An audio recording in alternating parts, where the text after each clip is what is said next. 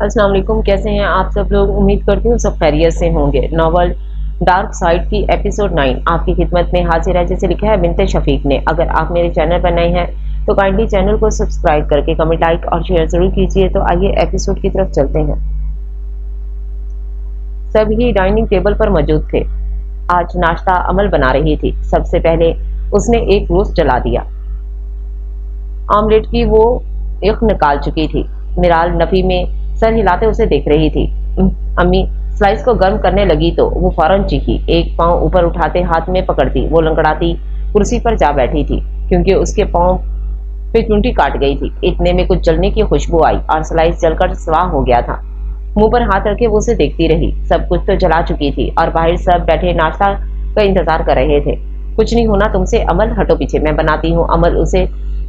मिराल उसे हटाते खुद स्लाइस गर्म करने लगी थी। मैं तो तुम्हारी मदद कर रही थी मगर तुम्हें रास ना आई। अमल ने एक अदा से मुंह बसोरा था। तुम रहने दो, मुझे ऐसी मदद बिल्कुल भी नहीं चाहिए। अमल हंसते हुए बाहर चली गई। डाइनिंग टेबल पर वो अमान के सामने वाली कुर्सी पर टांग धरे बैठी थी। वो अमान को देखती रही और अमान अपनी जगह साख्त सा बैठा रह गया था। काफी देर अमल जब उसे देखती रही। अमान के लिए अब वहां बैठना मुश्किल हो रहा था। वो अपने होश खो रहा था। मिराल नाश्ता लाई तो वो वहां से उठ गया। अरे कहाँ जा रहे हो? नाश्ता तो कर लो, मिराल ने उसे पुकारा। बगैर जवाब दिए वो वहां से निकलकर सीधा अपने कमरे में गया था। अमल मुझसे नफरत करने लगी है, मगर उसकी नफरत भी इस कदर हसीन है कि लम्हा लम्हा उससे मोहब्बत हो जाती है। अमान ने बेख्तियार सीने पर हाथ रखा था। मैं उसे सजा देना चाह रहा हूँ मगर यहाँ तो वो मुझे पल पल सजाओं से दो चार कर रही है। मिराल आज मैं रात से देर से घर आऊंगा, मेरा इंतजार न करना, सो जाना। वॉच पहनते वो उसके माथे पर बोसा दे गया था। मैं आपका इंतजार करूंगी। रुशान को इसी जवाब की तवक्को थी। वो मुस्कुराते बाहर निकल गया था। डोर ओपन होने की आवाज से उसने सर उठाकर देखा। अमल हाथों में ट्रे लिए लबों पर हल्की मुस्कान सजाए उसके करीब चली आ रही थी। अमान अपनी जगह थमा था। अमल ने ट्रे टेबल पर रखी थी। बहुत सी मिर्चें स्लाइस पर उड़ेलते वो उसे ही देख रही थी। फिर एक निवाला तोड़ती वो उसके करीब से करीब तर आ रही थी। उसके सीने पर हाथ रखते उस पर झुकती वो उसके मुंह में मिर्चों से भरा हुआ निवाला डाल चुकी थी। अमान बिल्कुल साफ वो निवाला खा चुका था। वो एक तिलस्मी लड़की थी। जब जब उसके करीब आती थी उसे अपने शहर में जकड़ लेती थी और वो होशो हवास से बेगाना अपनी जगह साख्त हो जाता था। मेरी आंखों में देखो। अमान ने अपनी आंखें उसकी आंखों में गाड़ ली। वो अभी इन आंखों में अपना अक्स देख रहा था। वो मजीद अमान पर झुकी। अमान कुछ बोलने लगा था तो वो फौरन उसके लबों पर शहादत की उंगली टिका गई। लब कुशाई से तुझको है अगर तुरुद कुछ, मुद्भरी आंखों से महवे गुफ्तगू हो जा। अब वो पीछे हटती उसे फ्लाइंग किस देते कमरे से बाहर निकल गई थी। जैसे ही वो कमरे से बाहर निकली उसका सत्ता टूटा था। बेख्तियार उसे मिर्चों का एहसास हुआ था। उसके कानों से धुआं निकला था। पानी ढूंढते वो पानी जग की तरफ लपका था। अजीब है कि अमल की मौजूदगी के दौरान उसे मिर्चों का एहसास ही नहीं हुआ था। सर, रहमान के पीछे हमने अपने आदमी रूमन भेजे हैं तो वो वहां से भाग निकला, मगर उसका ये बैग हमारे हाथ लगा है। इस बैग में उसका पासपोर्ट और तमाम जरूरी कागजात हैं, खावर ने उसे बताया। वो इससे जाया हजा था। वो कहीं नहीं भाग सकता खावर। अब उसके पास कुछ भी नहीं। रोमन भी उसे ज्यादा देर बर्दाश्त नहीं कर सकेगा। उगल कर बाहर फेंकेगा। तुम्हारे पास 3 मिनट और 30 सेकेंड है खावर। ये सामान अभी मेरे टेबल पर पहुंच जाओ। रोशान ने उसे एक लिस्ट थमाई थी जिसे देखकर पहले तो वह हैरान हुआ, मगर फिर सर झुकाए बाहर निकल गया। सर, आपके पिछले 3 दिन के होटल के चार्जेस रहते हैं। आप हमें चार्जेस दें वरना रूम खाली करें। हमारे और भी कस्टमर हैं जिन्हें रूम की जरूरत है। हमारे पास इतनी जगह नहीं होती। मुफ्तखोरों को रहाइश दें। शट अप, रहमान चिल्लाया था। कितनी बार बकवास कर चुका हूँ कि मेरा बैग एयरपोर्ट पर चोरी हो गया है। जैसे ही मेरे आदमी मुझ तक पहुंचेंगे डबल कीमत तुम्हें दूंगा। सॉरी सर, लेकिन आप ऐसा 3 दिन से यही कह रहे हैं। अभी तक आपके आदमी नहीं पहुंचे तो आप अपना कमरा खाली करें, यही बेहतर रहेगा। यू बास्टर्ड, मैनेजर को गाली निकालते वो सामने बेंच पर जा बैठा था। वो काफी परेशान था क्योंकि 3 दिन से उसने होटल के चार्जेस पे नहीं किए थे। अब मैनेजर उसे वहां से निकालना चाहता था। बार बार कोई नंबर डायल करते वो फोन कान से लगाता, मगर सामने से कोई जवाब ना पाकर उसे गुस्सा आया। वो फिर से उठकर काउंटर पर गया। देखिए जनाब, मैं कह रहा हूँ ना, मैं आपकी पेमेंट दे दूंगा। सर, आपकी पेमेंट हो चुकी है। अब अगर आप चाहें तो यहाँ स्टे कर सकते हैं और चाहें तो जा सकते हैं, मैनेजर ने उसे बताया। वो हैरान हुआ था। मेरी पेमेंट किसने की? हमने। क्या तुम्हारा पेमेंट? एक भारी भरकम आवाज का रहमान ने पीछे देखा तो एक उधेड़ उम्र शख्स जिसकी सुर्ख लंबी दाढ़ी थी और बड़ी बड़ी सी सुर्ख मूछें, मगर बाल सफेद थे। वो भी दरमियान में तो थे ही नहीं, सिर्फ सर के इर्द गिर्द थे। ढीले ढाले से अपने कद से लंबे लिबास में वो इंतहाई सुर्ख चेहरा लिए एक पठान शख्स उसके सामने खड़ा था। होंठ स्याह थे वो और आंखों के गिर्द बड़े बड़े हल्के, ऐसे जैसे किसी ने उसे खूब मारा हो। रहमान हैरान हुआ। तुमने मेरी पेमेंट क्यों दी? अरे उधार समझ लो। जब तुम्हारे आदमी तुम तक पहुंचेगा तुम हमारा उधार हमको वापस लौटा देना। रहमान ने अब्रू झुकाए थे। हमारा नाम रेहाम खान है। हम अभी अभी यहाँ रहने आया, तुमको मैनेजर से झगड़ा देखा तो तुम्हारा भी पेमेंट कर दिया। रहमान बगैर उसका शुक्रिया अदा किए रूम में गया था। रेहाम भी लंगड़ा कर चलता उसके पीछे गया था। वो कमरे में दाखिल हुआ तो रेहाम भी उसके पीछे दाखिल हुआ। वैसे तुम भाग किससे रहा है? रेहाम ने थोड़ी के नीचे हाथ टिकाए उसे देखा था। तुम्हें किसने कहा मैं भाग रहा हूँ? रहमान ने पलट कर उसे देखा। क्योंकि हम जानता है जिससे तुम भाग रहा है इसी से हम भी भाग रहा है। तुम एलेक्स एमर से भाग रहा है ना? और उसी का आदमी तुम्हारा बैग छीन कर भागा है। हम भी उसी से भागता फिर रहा है। रहमान अब उसे घूर कर देख रहा था। रेहाम लंगड़ाता हुआ उसके बेड पर नीमतरास हुआ था। तुम्हारे पीछे वो क्यों पड़ा है? रहमान पुरतजस्सिस हुआ। हमने उसकी ज़ौजा पर बुरी नजर रखा, बस फिर उस दिन से वो हमारा पीछे पड़ा है। मगर हम भी हर बार उसे चकमा देते वहां से भाग निकला। रहमान हैरान हुआ था। शर्म करो पापा, इतने बूढ़े हो गए हो और जवान लड़की पर नजर रखते हो, कुछ तो शर्म करो। रहमान को वो दिलचस्प लगा था। हाँ, रेहाम हंसा था। अरे हम बूढ़ा है तो क्या हुआ, हमारा दिल तो जवान है ना? रहमान ने कहका लगाया। तुमने बताया नहीं कि तुम क्यों उससे भाग रहा है? रेहाम उठकर बैठा था। मैंने उसकी बहन को अगवा किया था, बस इसलिए। रेहाम ने लंबी सी हुम की थी। तो चलो यहाँ से भाग निकलता है दोनों। तुम जानते हो मेरे पास कुछ नहीं है। रहमान ने दांत भींचे थे। हम है ना बाबा, हमारे पास 2 जाली पासपोर्ट हैं जैसे हम 70 दफा इस्तेमाल करके भागा है। हम यहाँ से भाग जाएगा और तुम्हें भी भगा ले जाएगा। तुम पागल वागल तो नहीं हो? अगर हम पकड़े गए तो? हम कह रहा है ना कि हम इन जाली पासपोर्ट को 70 दफा इस्तेमाल कर चुका है और हर बार बचकर भाग निकलता है। तुम बस हम पर यकीन करो। हमारा दुश्मन भी एक है तो हमारा मंजिल भी एक और रास्ता भी एक होना चाहिए। तुम अभी हमें जानता नहीं, हम क्या क्या कर सकता। चाहो तो हमको आजमा कर देख लो। रेहाम ने अब अपने काले स्याह मैल से भरे हुए हाथ रहमान के चेहरे पर रखे थे। दूर रहो प्लीज। रहमान 2 कदम पीछे हटा था। रेहाम फिर से उसके बेड पर हंसते हुए नीमतरास हुआ था। थोड़ी देर बाद वो सो चुका था। रहमान भी किसी लंबी सोच में पड़ गया था। जब तलक तेरा सहारा है मुझे, गहरा पानी भी किनारा है मुझे, ना भी चमके तो कोई बात नहीं, तू वैसे भी सितारा है मुझे। रोशान जेरे लब शेर गुनगुनाते अंदर आया था। आजकल आप बहुत ठरकी नहीं हो गए? मिराल जो उसी के इंतजार में बैठी थी उठकर उसके पास आई। तुम्हारी संगत का असर है, रोशान ने जवाब दिया। मैं ऐसे कोई काम नहीं करती, समझे आप? मुझसे झूठ तब बोलना जब मुझे सच मालूम ना हो।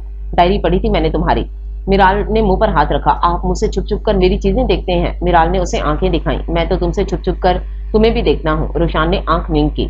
मिराल नजरें झुका गई। आप फ्रेश हो जाए, मैं खाना लाती हूँ। थोड़ी देर बाद वो खाना लाई तो खुशबू से रोशान के पेट में चूहे दौड़ पड़े। जैसे उसने पहला लुकमा अपने हलक से उतारा उसे उबकाई आई। क्या हुआ रोशान, अच्छा खाना नहीं है क्या? मैंने इतने प्यार से बनाया है। मिराल रोहानसी हुई। टेस्ट करो, तुम्हें खुद ही पता चल जाएगा। मिराल ने निवाला तोड़ते कोरमे से लगाते मुंह में निवाला रखा तो उसकी हालत रोशान से भी बुरी हुई। रोशान उसे दिलचस्पी से देखने लगा। खाना बिल्कुल बेजायका था, बल्कि नमक मिर्च का तो जायका था ही नहीं, क्योंकि बिल्कुल मीठा था कोरमे का सालन। तो मिराल फरीद ने नमक की जगह चीनी डाल दी थी। मिराल शर्मिंदा हुई। तो क्या हो जाता अगर आप फिल्मों ड्रामों वाले शौहरों की तरह बीवी का दिल रखने के लिए कहते थे कि बहुत अच्छा खाना था और अपना झूठ ना पकड़ने के लिए मुझे कोई पिज्जा बर्गर ही खिला देते। अपनी कोफ्त मिटाने को वो रुशान पर गुस्सा निकाल रही थी। ऐसी उम्मीद मुझे पे ना रखना मिराल, कसम से नहीं होते मुझसे ये फिल्मों वाले काम। ये हकीकी जिंदगी है, कोई फिल्म नहीं चल रही। रुशान हंसा था। अच्छा ना, अब कुछ बाहर से ही मंगवा लें या फिर भूखा मारना है मुझे?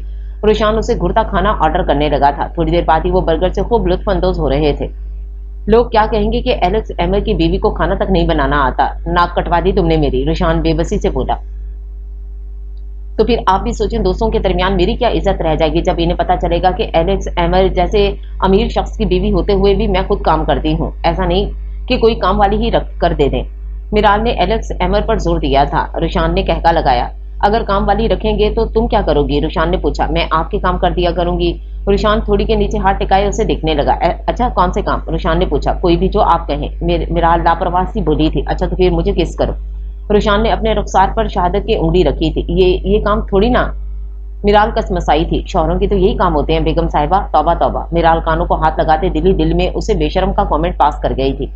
रहने दीजिएगा, किसी काम वाली को मैं खुद कर लूंगी सारे काम। बर्तन उठाकर वो बाहर को भागी थी। रुशान का कहका बेअख्तियार था।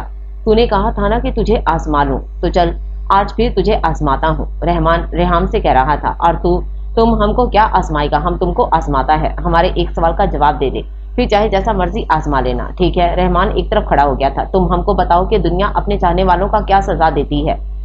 रेहाम के सवाल पर रहमान ने उसे मुड़कर देखा था। वो कुछ देर उसे देखता रहा, सोचता रहा, मगर उसे कोई जवाब ना बन पाया। वो भी दुनिया की चाह में भागने वाला था, दुनिया को चाहने वाला, तो दुनिया उसे क्या सजा देगी, उसकी क्या सजा बनती है, वो उसका जवाब नहीं दे पाया। रेहाम तंसिया हंसा था। नहीं जानता ना तुम? रहमान ने मारे कोफ्त के नफी में सर हिलाया था तो रेहाम हंसता चला गया। अपने नाम का मतलब जानता है तुम? उसने फिर से सवाल किया। हाँ, रहमान यानी मेहरबान, रहम करने वाला। रहमान ने जवाब दिया। किसने रखा तुम्हारा ये नाम? मेरी अम्मी ने।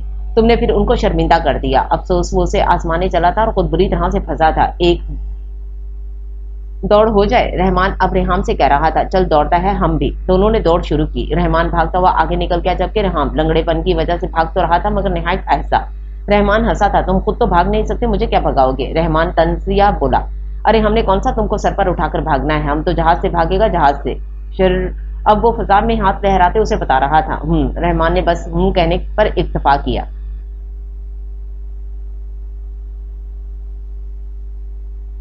अमान लाउंज में बैठा मोबाइल चला रहा था कि मिराल उसके पास आई थी। आज भी तुम्हारे भाई देर से आएंगे, अम्मी लोग 2-3 दिन में आने वाले हैं। कल हमने वापस जाना है, मुझे और अमल को मार्केट जाना है। अगर तुम फारिग हो तो ले चलो। जी भाभी, मैं फ्री हूँ, चले आप। मैं गाड़ी स्टार्ट करता हूँ। थोड़ी देर बाद ही मिराल और अमल गाड़ी में बैठ चुके। अमल को रश ड्राइविंग से सख्त नफरत थी। कभी कभी इंतहाई मजबूरी में वो रश ड्राइविंग करती थी मगर अब तो कोई जल्दबाजी नहीं थी। अमान जानता था कि उसे गुस्सा आ रहा है मगर फिर भी वो रश ड्राइविंग कर रहा था जानबूझकर अमल को गुस्सा दिलाने के लिए।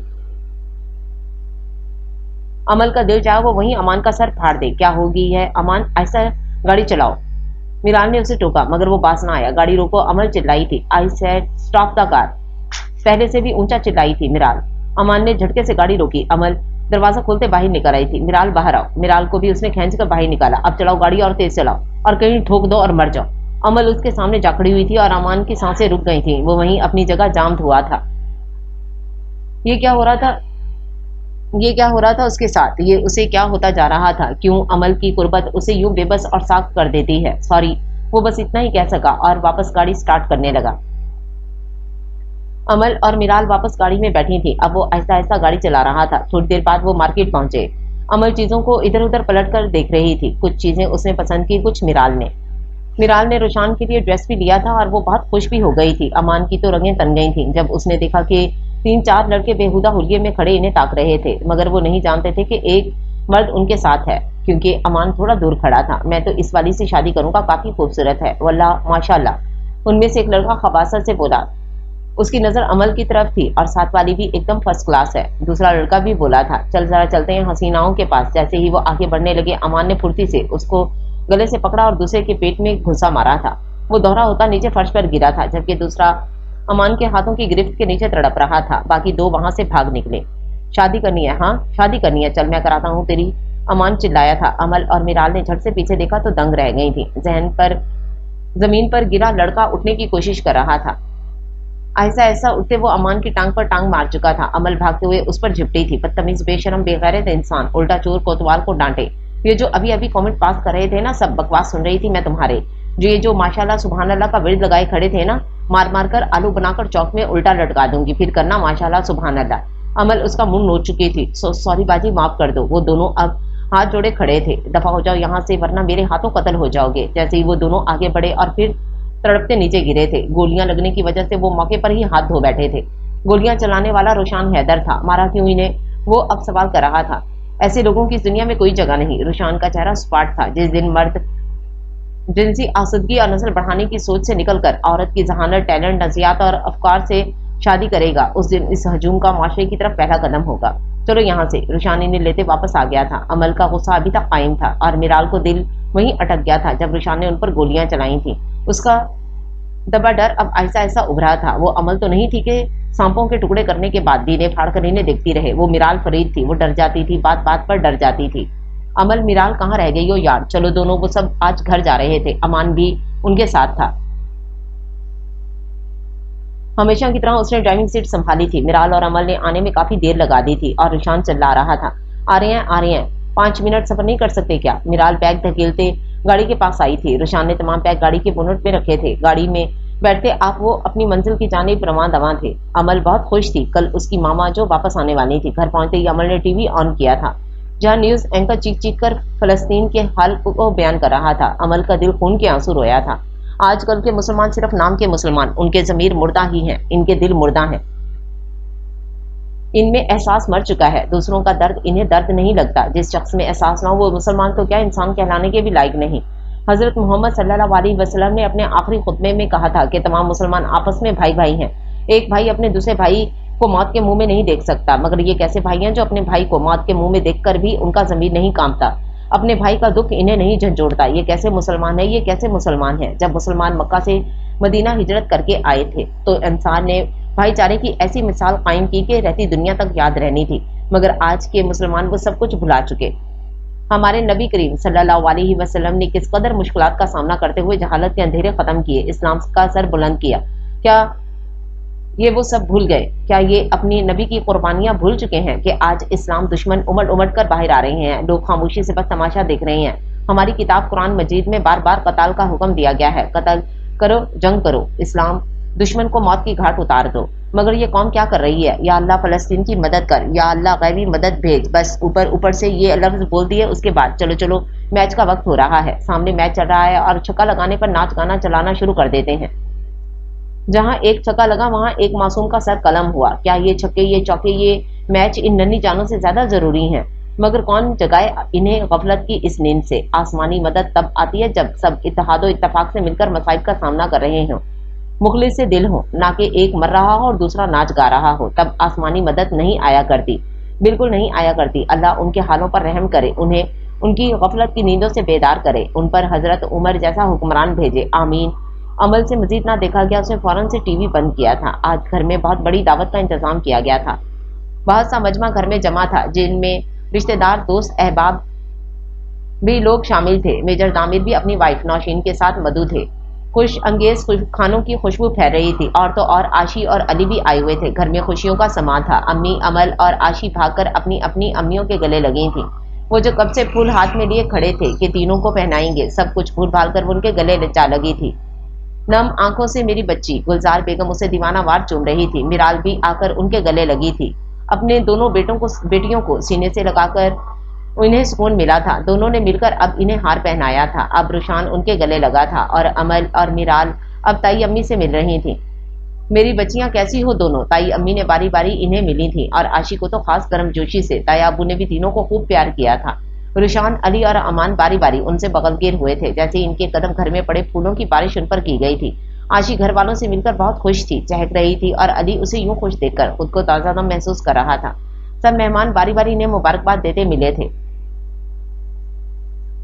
अमल, आशी और मिराल ने मुलाजमों की मदद से तमाम किचन के मामला संभाले हुए थे। तमाम लोग खुशगपियों में मसरूफ थे। गुलजार बेगम और ताई अम्मी इन्हें अल्लाह के घर के बारे में बता रही थी। ताया अबू मेहमान खाने में मर्दों के साथ थे। वहां के इंतजामात रुशान और अमान ने संभाल रखे थे। सिर्फ जो ही था वहां वो रहमान था, जिसकी कमी इन तीनों ने शिद्दत से नोट की थी। ताया अबू उसे बार बार फोन मिला रहे थे, मगर उसका नंबर बन जा रहा था। अमान ने उनको बताया था कि उसे किसी काम से आउट ऑफ कंट्री जाना पड़ा। शाम तक तमाम मेहमान वापस लौट चुके थे। जब मिराल और अमल और आशी नीचे कालीन पर टिकी बैठी थी, रुशान, अमान और ताया अबू एक तरफ, जबकि ताई अम्मी और गुलजार बेगम एक तरफ बैग खोले बैठे थे। मेरे लिए क्या लाई हैं अम्मी? अमल पुरतजस्सिस हुई थी। बैग से एक पैकेट निकालकर ताई अम्मी ने अमल की जानिब बढ़ाया था। अमल ने देखा कि वो स्याह अबाया था और बहुत खूबसूरत था। वाह, बहुत प्यारा है, मैं अबाया पहनूंगी। अमल खुश हुई। आशी और मिराल के लिए भी वो लोग अबाया लाए थे। तीनों के एक जैसे अबाया थे। मेरी बच्चियां बहुत प्यारी लगेंगी इसमें, और ये एक अबाया मेरी मरियम के लिए, जब वो आएगी तो मैं उसे दूंगी। मरियम को याद करते ताई अम्मी की आंखें नम हुई थी। रुशान, अमान और अली के लिए ताया अबू खूबसूरत सी वॉच लाए थे, जो उन तीनों ने बैक वक्त अपने हाथों पर बांधी थी। अमल तो खजूरों से इत्तफाक कर रही थी। आशी अपना हिस्सा अलग लिए बैठी थी और साथ साथ एक खजूर अली को भी उठाकर देती। यूं ही काफी देर वो लोग लाउंज में बैठे रहे, बातें करते रहे। मुझे लगता है मामा, अब आप लोगों को आराम करना चाहिए, काफी थका देने वाला दिन था आज। रुशान के कहने पर ताया अबू और ताई अम्मी अपने कमरे में गए थे। गुलजार बेगम भी उठती अपने रूम में गई थी। वाकई वो बहुत थक चुकी थी। अली और आशी ने यहीं स्टे करना था, सो वो आशी वाले रूम में गए थे। मिराल को लेते रुशान आगे बढ़ गया था। अमल और अमान वहां रह गए। अमल सोफे से उठती उससे पास आई थी, प्लेट से खजूर उठाते उसकी तरफ बढ़ा गई थी। अमान ने झट से आंखें बंद की थी। वो आज अपने होश और हवास बाहर रखना चाहता था। अमल उसकी हालत पर कहका लगाते सीढ़ियों की तरफ बढ़ गई थी। अमान ने बेख्तियार सुकून का सांस लिया और वहीं सोफे पर ढह गया।